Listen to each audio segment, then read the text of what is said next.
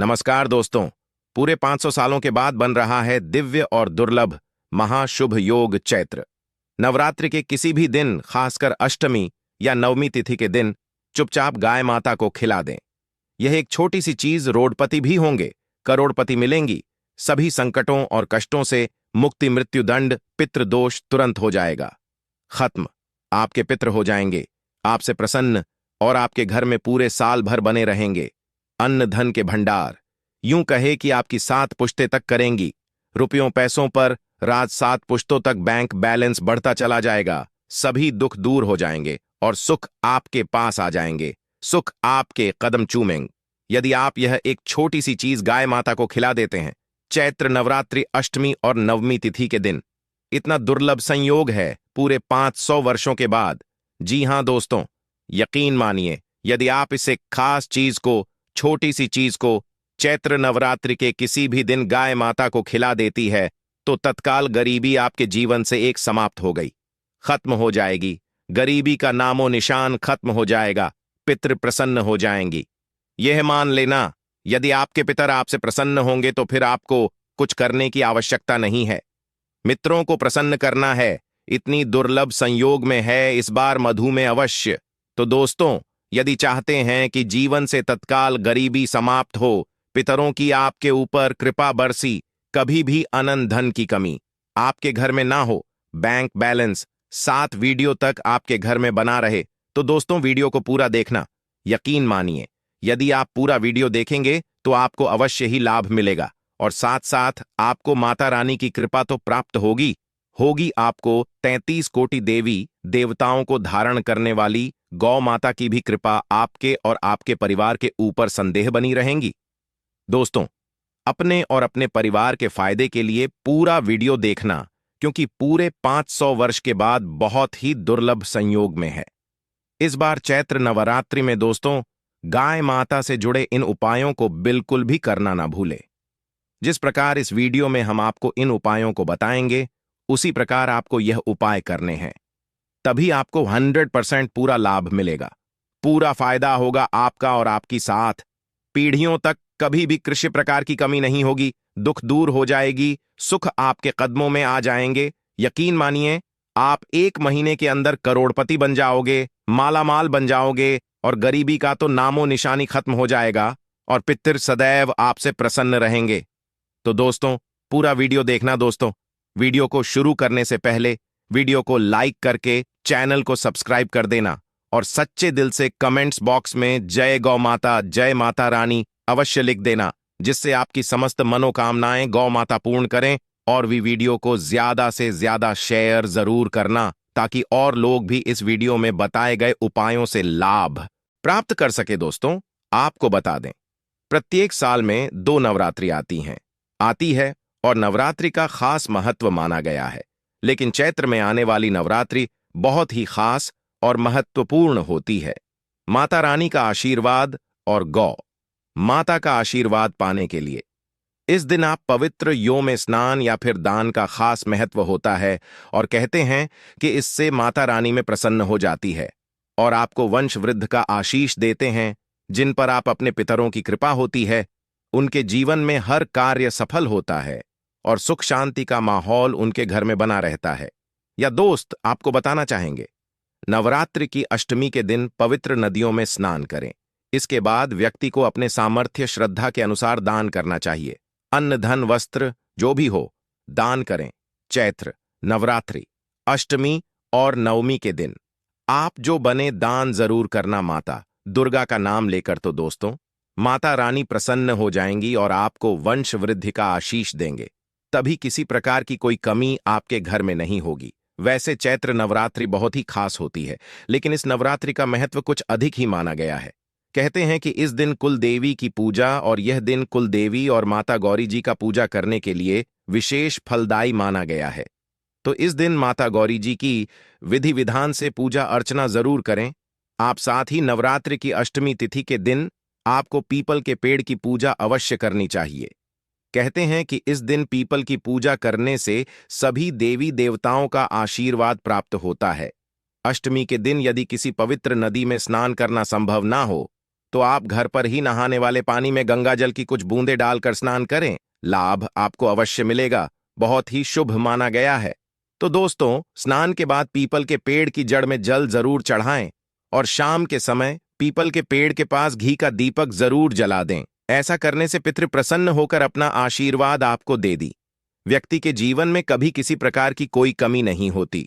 तो ध्यान रखना, नवरात्रि में हर शाम के समय एक दीपक पीपल के पेड़ के नीचे जलाए हम लाभ प्राप्त होगा। आपको देख लेना, तभी किसी भी प्रकार की कमी नहीं होगी। सभी देवी देवताओं की कृपा आपको प्राप्त हो जाएगी।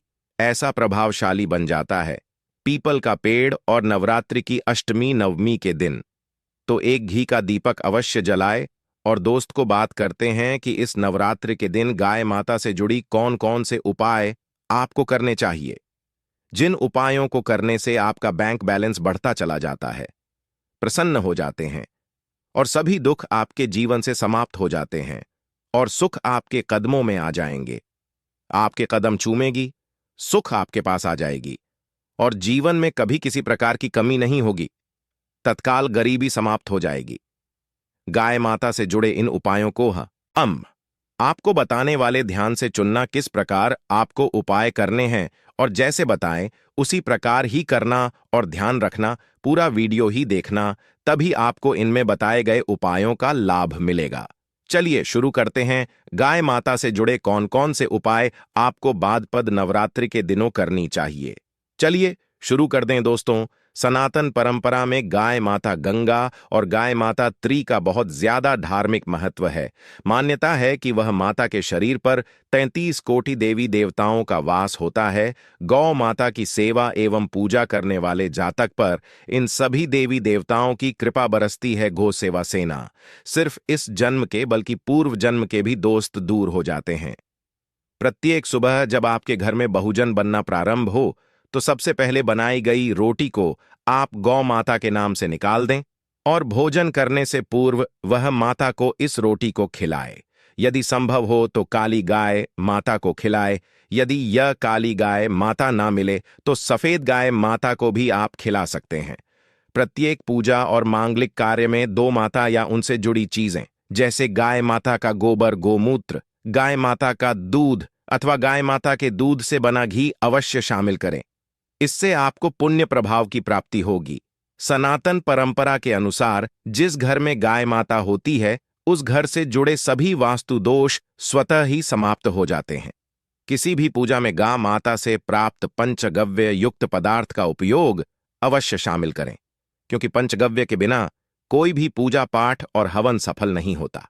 या दोस्तों, गाय माता की कृपा पाने के लिए प्रतिदिन, सप्ताह अथवा महीने में परिवार समेत एक बार गौशाला जाने का नियम जरूर बनाएं और वहां गायों को हरा चारा जरूर खिलाएं। इससे आपको फलों की प्राप्ति होगी और साथ ही साथ गौ सेवा और गौ पूजा से नवग्रह शांत हो जाते हैं और इनसे जो दोषों का निदान हो जाता है। गर्मियों में गौ माता को पानी पिलाएं और नवरात्रि में गौ माता को गुड़ अवश्य खिलाएं। यह ध्यान रखें कि गर्मियों में गाय माता को गुड़ न खिलाएं। अनेक देवी देवताओं को अपने शरीर पर धारण करने वाली गौ माता से जुड़े कई शुभ और अशुभ संकेत भी होते हैं। मसलन गाय माता का दूध धोते समय यदि गाय माता ठोकर मार दी और सारा दूध बिखर जाए तो अपशगुन होता है। यदि कोई यात्रा पर निकल रहा हो और गाय माता अपने बछड़े को दूध पिलाती सामने आए तो निश्चित रूप से जिनसे यात्रा के लिए आप निकले हैं वे यात्रा आपके लिए अवश्य सफल होगी और वह का जिसके लिए आप निकले हैं वे अवश्य ही पूर्ण होगा। यात्रा पर जाते समय बाई और गाय माता की आवाज आना और रात्रि में गाय माता की हुंकार करना भी शुरू होता है। दोस्तों, सत्य साथ गाय माता के साथ आप भूलकर भी यह काम ना करें, अन्यथा मिलता है घोर नरक और जीवन भर की परेशानियां। दोस्तों, गाय माता को रास्ते पशु बनाए जाने और इन्हें मौलिक अधिकार दिए जाने की बात हो रही है तो सवाल उठता है कि गाय माता जब भारतीय संस्कृति का अहम हिस्सा है तब भी गाय माता के साथ लोग खराब व्यवहार कैसे कर लेते हैं। गाय माता दर दर भटकती रहती है, घर पेट इन्हें चारा तक लोग नहीं देते। गाय माता जब तक दूध देती रहती है को उनकी सेवा होती है और जैसे ही दूध देना बंद कर देती है तो लोग इन्हें उनकी किस्मत पर छोड़ देते हैं। सड़कों पर और गलियों में भटकने के लिए ऐसे में गोवंश जीवों को कोई डंडे से मारता है तो कोई उन पर पानी डाल देता है। कभी वाहनों से इन्हें ठोकर लग जाती है तो कभी बीमार होकर बेचारी एक गाय माता दम तोड़ देती है। ऐसे में जरूरत है इन बातों को जानने की कि गाय माता को लेकर शास्त्रों में क्या कहा गया है। गाय माता के साथ आपको कैसा व्यवहार करना चाहिए। या दोस्तों, गाय माता को कभी भी मारना पीटना नहीं चाहिए। शास्त्रों में गाय माता को माता का दर्जा दिया गया है। गाय माता को मारने पीटने वाला माता को मारने पीटने वाले के समान बाप का भागी माना जाता है। ऐसे घरों को नरक लोक में वर्षों तक कष्ट भोगना पड़ता है। अगले जन्म पशु योनि में मिलता है। कथा है कि गौतम मुनि ने गलती से गाय माता को डंडा मार दिया था, जिससे गाय माता की मृत्यु हो गई थी और इस पाप से मुक्ति के लिए इन्हें वर्षों तक तपस्या करनी पड़ी। भगवान श्री कृष्ण जी ने बैल स्वरूप में आए वृत्तासुर का वध कर दिया था, जिससे मुक्ति के लिए भगवान श्री कृष्ण को पूर्ण तीर्थों को एक कुंड में बुलाना पड़ा और इस कुंड में स्नान से वह पाप मुक्त हो गई थी। या दोस्तों, साथ ही साथ जो लोग पानी पी रही गाय माता को भगाते हैं वे घोर पापी के बागी बनकर नरक भोगते हैं, ऐसा पुराण में बताया गया है। जबकि दो लोग गाय माता के लिए प्याऊ और चारा बनवाते हैं वह महाभाग्यवान होते हैं। ऐसे लोग घोर पाप से मुक्त होकर स्वर्ग आ जाते हैं और बड़े ही धनवान कुल में जन्म लेकर सुख भोगते हैं। और साथ ही साथ आराम कर रही गाय माता को कष्ट देकर कभी भी उठाना नहीं चाहिए। कहते हैं कि जिस स्थान पर गाय माता बैठी है वहां से नकारात्मक ऊर्जा समाप्त हो जाती है। गाय माता की बैठने की जगह को जो लोग नियमित साफ रखते हैं वे पूर्व जन्म में किए गए जाने अनजाने में पापों से मुक्ति हो जाते हैं और गोलोक में स्थान पाते हैं। गाय माता को डंडा मारकर उठाना, पानी डालकर उठाने से मनुष्य पाप का भागी बनता है और अगले जन्म में उसे दर दर भटकना पड़ता है। और साथ ही साथ शास्त्रों में बताया गया है कि गाय माता का दूध उसके बछड़े के लिए होता है। गाय माता का बचा हुआ दूध ही मनुष्य को लेना चाहिए, लेकिन कुछ लोग एक बार गाय माता को दोहो लेने के बाद फिर से बछड़े के लिए बचा हुआ दूध भी छूर लेते हैं। ऐसा करना घोर पाप कहा जाता है। ऐसे दूध को निकालने वाला और ग्रहण करने वाला दोनों ही पाप के भागी बन जाते हैं।